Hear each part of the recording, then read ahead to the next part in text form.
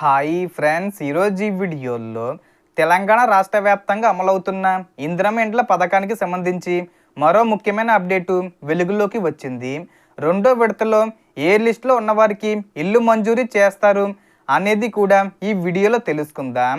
And video మీద నచ్చితే like చేయండి ఫ్రెండ్స్. మీరు చేసే ఒక లైక్ వల్ల ఈ వీడియో ఇంకో 10 మందికి రికమెండ్ అవ్వడం జరుగుతుంది ఫ్రెండ్స్. సో దాని ద్వారా ఈ ఇన్ఫర్మేషన్ అందరూ తెలుసుకోగలరు. సో ఏమాత్రం లేట్ చేయకుండా వీడియోలోకి వెళ్ళిపోద్దాం.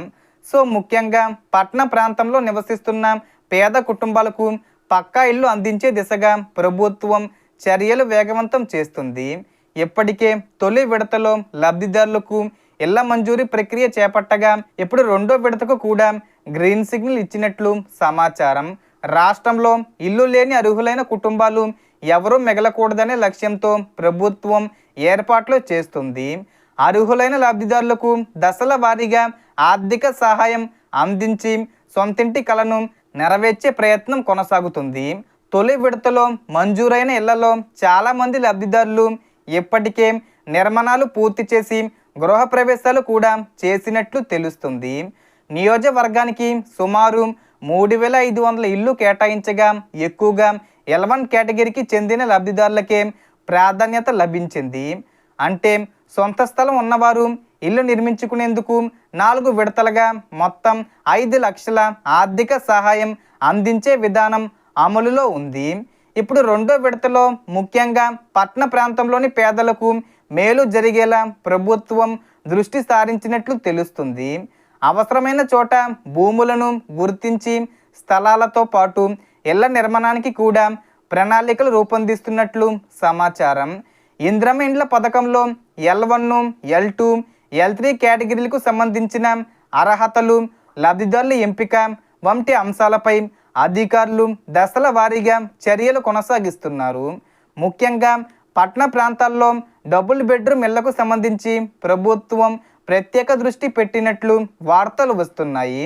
హైదరాబాదు, రంగారెడ్డి, GHMC పరిధిలోని ప్రాంతాలను కలుపుకొని ప్రత్యేక ప్రణాళిక రూపొందించినట్లు సమాచారం.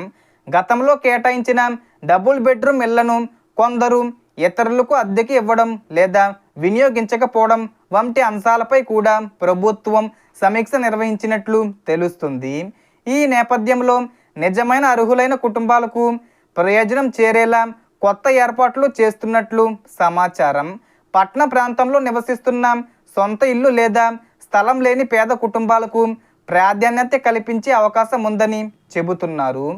ఇప్పటికే ఇందిరమ్మ ఇండ్లకు దరఖాస్తు చేసిన వారు తమ దరఖాస్తు స్థితిని అధికారిక పోర్టల్లో అప్లికేషన్ సెర్చ్ ఆప్షన్ ద్వారా ration card, Aadhaar number, phone number లేదా అప్లికేషన్ నెంబర్ సహాయంతో చెక్ చేసుకోవచ్చు.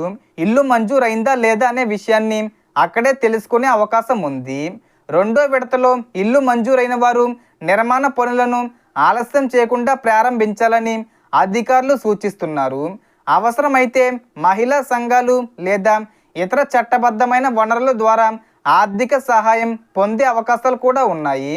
బేస్మెంట్ పూర్తి చేసినప్పుడు 1 లక్ష, గోడల నిర్మాణ దశలో 1,25,000 రూపాయలు, స్లాబ్ దశలో 1,75,000 రూపాయలు, పూర్తి స్థాయి నిర్మాణం పూర్తయిన తర్వాత సంప్రదించి అవసరమైతే మళ్ళీ దరఖాస్తు చేసుకోవచ్చు.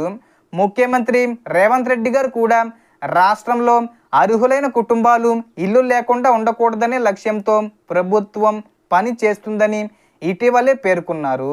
అందువల్ల ఇందిరమ్మ ఇండ్ల పథకానికి దరఖాస్తు చేసిన ప్రతి ఒక్కరూ తమ స్టేటస్ను ఒకసారి తప్పకుండా చెక్ చేసుకుని తాజా సమాచారంపై అప్రమత్తంగా ఉండడం మంచిది.